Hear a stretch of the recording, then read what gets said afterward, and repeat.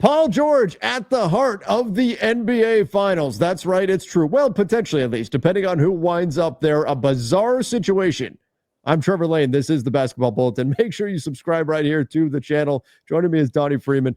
Donnie, Paul George, so generous to be gifting teams the players they need in order to make it to the NBA Finals. Oh, I thought you were going to have this elaborate scheme where you make the argument that Paul George is actually secretly undercover taking part in the NBA Finals. I don't know if he's got on a skin suit or what, but you didn't hear it from me. I think we saw him last game. Who is he playing for? Maybe one of the OKC guys. I think he liked his time there. I'm not going to throw any names out there. That wasn't really Jalen Williams out there. That was Paul George. He's got one of those new masks, He's like Black Widow. He's got the little thing that he can just peel off. God, that was a good one, Winter Soldier. But this was a bizarre situation, or it is a bizarre situation where we have two teams that right now look like they're headed to the NBA Finals. We'll see how the series both play out. But the Oklahoma City Thunder and the Indiana Pacers are both up in their series currently. And both teams have been built on the back of a Paul George trade. Obviously, most of us remember the Oklahoma City Thunder one, and that one is absolutely insane. The Thunder sending Paul George to the Clippers. My God, I mean, this is like, we can't really look at this from the Clippers perspective as just Paul George, because doing this don't do that. Did a couple things for the Clippers, right? No. It did two things. It guaranteed that they landed Kawhi Leonard, and it kept Kawhi Leonard away from the Lakers, which mattered a lot to the Clippers as well. So it was both of those things in that trade. But nonetheless, if you just take this trade at face value, this is one of the worst trades in NBA history, Donnie. Yeah. Okay, I'm just going to say this. Context matters, and you are absolutely right with everything you said. Now, that being said, context out the window. Just on, like you said, face value, this is disgusting. You're never going to see a trade like this again, I don't think. Like, this is ridiculous. Again, the Kawhi piece matters. In fact, people throw this trade around a lot and don't mention the Kawhi piece. That's the only reason OKC asked for this much, is because they were like, oh, we're actually helping you get Kawhi too. Yep. So, because Kawhi if you don't remember, he specifically said, if you get me Paul George, I will come play for you. Yep. And so OKC had all the leverage at that point, at a time where I think PG just re-upped, was just saying he was wanting to stay in OKC as well, and then like instantly gets traded because he asked for a trade when he found out Kawhi wanted him. So like, it was just weird. Yeah, it was the next year that he was going to do that, or that he asked out, and they redid the deal, the Thunder did, with kind of a handshake agreement that, hey, sign with us, and then if you ever want out, let us know, and we will we'll accommodate you here. But look at that, though. They gave up a freaking MVP. The MVP, SGA. Look at what those picks turned into. Danilo Gallinari, Trey Mann, Jalen Williams, who was an all-star this year, third-team All-NBA this year. So you traded the MVP, a top 15 player in Jalen Williams, Trey Mann, a pick swap that didn't get used, the 2025 pick this year from the Miami Heat, which is number 15, a pick swap that got used this year as well with the Clippers. That means that the Thunder are picking 24th in the draft instead of 30th. And they still get the Clippers pick unprotected next year. They're still not done with this deal. That's God. Insane. Like, that's crazy. They really gutted them for everything. So really, and seriously, because it's Shea, they are here completely on the backs of this trade. This is absolutely ridiculous. Like this Shea and Jalen, like, that's insane. This trade may very well, I mean, they are the heavy favorite right now to win the whole thing. This trade may very well have brought Oklahoma City a championship. Does he get a ring for this? Does Paul George get a ring? They should send him one. You just gotta mail him one. Just as a thank you.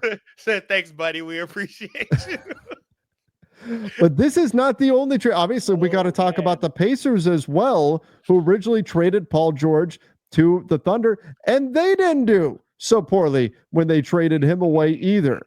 We're going to get to that one right after this. There's nothing like seeing a playoff game in person. That's why I'm thrilled to have SeatGeek as the sponsor of this video. With over 28 million downloads, SeatGeek is the #1 rated ticketing app. There are over 70,000 events listed on SeatGeek, including concerts, sports, festivals, and more.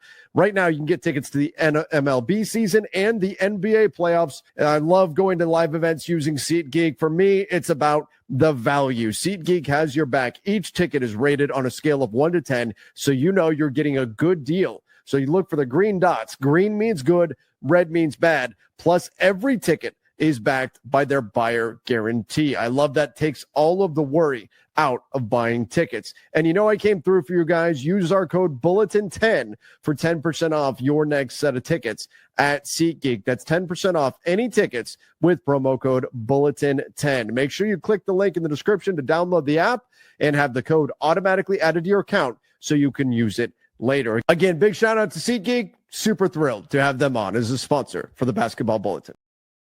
All right, you guys can check out that link for SeatGeek in the description down below. But the Paul George trade madness, no, it's not just the Oklahoma City Thunder. The Indiana Pacers, who again, right now are up in their series against the New York Knicks, they also traded Paul George. In fact, they initially traded Paul George to the Oklahoma City Thunder in exchange for Domantas Sabonis and Victor Oladipo. Remember him?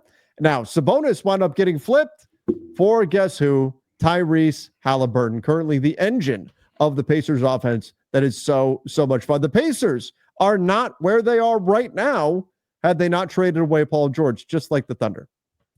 That's so crazy. Like, they didn't get the huge like pick haul and all that stuff, but Sabonis was, I think, in his second year, was a really good prospect, and Oladipo was really good at that point too. In fact, I believe had the best year of his career immediately after that trade for the Pacers as well. But it still wasn't PG, you know, No. And at that point, you know, I think the PG Indiana thing had kind of run its course. Maybe he could have stayed a little bit longer, but I think it had mostly run its course. In fact, PG was on a podcast, which he's always on, but not very long ago, saying that he might have got one if it wasn't for LeBron and the Heat. And I actually think that you could maybe make an argument, but Sure. I don't know if they would have beat the other team from the West. But regardless, those Indiana teams he had, they mostly had gutted those rosters and kind of moved on. And I think that was a good pivot for them. And of course, Indiana now, a few years later, after the Halliburton trade, is here approaching the finals, which I think I still don't see them so much as like a final team. Like, it's weird. Like, I feel like they're ahead of schedule. It's just kind of weird. I think the Pascal trade was huge for them also. I mean, they're playing great. There's no question. I think they're playing the best basketball in the East right now. Yeah, I don't have a problem with that. I think they're super good and underrated. It just, to me, still doesn't, like, I don't know. It's hard to fully buy in and think it's real. I get it. But I don't know. Like, I want to say this also, because we can't let them off the hook. The Kings. So firstly, and this could also just be recency bias. He's in our face right now playing.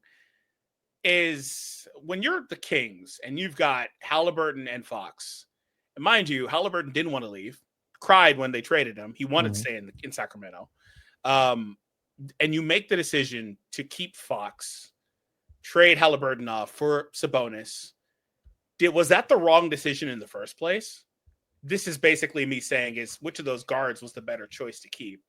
And then secondly, getting Sabonis is still a negative because you're not able to get over the hump anyway in hindsight. And now you're watching Tyrese basically help carry this team, which is 10 to 12 deep anyway. That team's great on the cusp of finals. I think that at the time, because everything becomes more clear in hindsight, right? Yeah, that's the 2020. But at the time, it made sense because you've already got De'Aaron Fox. Your team's built around him. He's your engine, right? That's who you're going to be rolling with.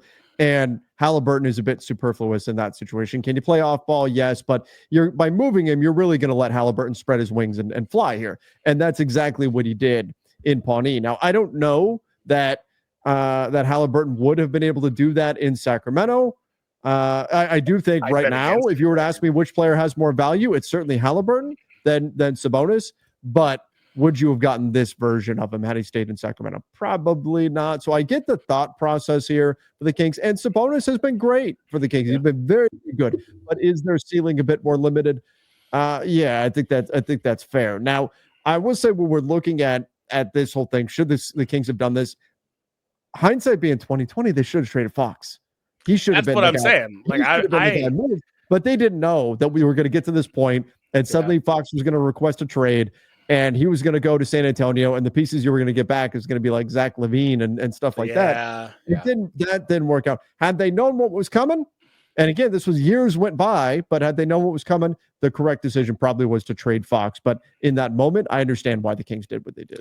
I mean, Halliburton leaves and instantly starts getting accolades and stuff because, like you said, he's able to shine and all that stuff, and he's been really good. I mean, I think you can make a legitimate argument that he's the best player of those three that we've talked about. Well, but Halliburton is one of those guys where, I mean, we just talked about how it's hard to like believe in the Pacers. You know, it's hard to like, are they really this good? Halliburton himself kind of has that quality. You watch him play and you're like, this dude's game isn't that pretty, right? His jumper looks a little wonky and stuff. But he's like, legit, man. Like you watch Anthony Edwards, right? You watch Anthony Edwards and you watch him jump off a trampoline and throw down a dunk, and you're just like, oh, that dude is a star. That dude is insanely good. Halliburton, you look at his game and you're like, he's a little awkward. He doesn't move quite as quick as some of the other guys, but he's amazing. Yeah. But the whole time you're kind of going, is he really this good? Because of the way that it's not the same like jump off the screen at you until he's hitting step back threes with the game on the line. And then you're like, okay, yeah. I think De'Aaron's got that quality though, where it's like, but he's got the blazing speed. Yeah, well, where it's the opposite end, where he's like, oh, you can just watch him and tell this guy's good because he makes all these tough shots. He's super quick. He's got the handle. Like, it's just an entire, like, it's very different when you look at the way he plays versus the way Halliburton plays. One's a score first guard, one's a pass first guard also. Like, it's just totally different. But yeah, I think the Kings, I can let them off the hook. But, you know, circling back, PG, I think you have a good chance of getting a ring this year. Somebody's going to mail you one. Yeah, I think they should. I think they absolutely should. A little thank you, maybe a little gift basket with the ring. Thank you for that. And I think all of this leads us to this conclusion ultimately, that if the Philadelphia 76ers want to win a championship, all they need to do is trade Paul George. Just trade Paul George. And you have a championship coming to Philly. It's proven. That's like the AD thing where anytime AD is involved in a trade, there's a riggery in the draft. All you got to do. I don't know. Like, or AD was the one where they trade CP, and then AD's the one with Zion, and then AD's the one with Cooper. Now, I don't know if any of that stuff's rigged, of course, but it's just fun to think about. But yeah, like PG, if Philly, if they trade PG, they'll magically get healthy. And Embiid will get 3 years younger, and they'll win it all next year. Yep. And at least that's extra. You know, the funny thing about them is if they somehow, some way can put it together for 1 year, next year's the year to do it. It's wide open. If they could just do it for 1 year, next year is the year to do it. So who knows with Philly? Never know. But the Pacers, the Thunder, potentially meeting up in the NBA Finals, and both of them saying thank you to Paul George. Everybody give us your thoughts on this crazy quirk in the comment section down below. Until next time, see ya and stay safe.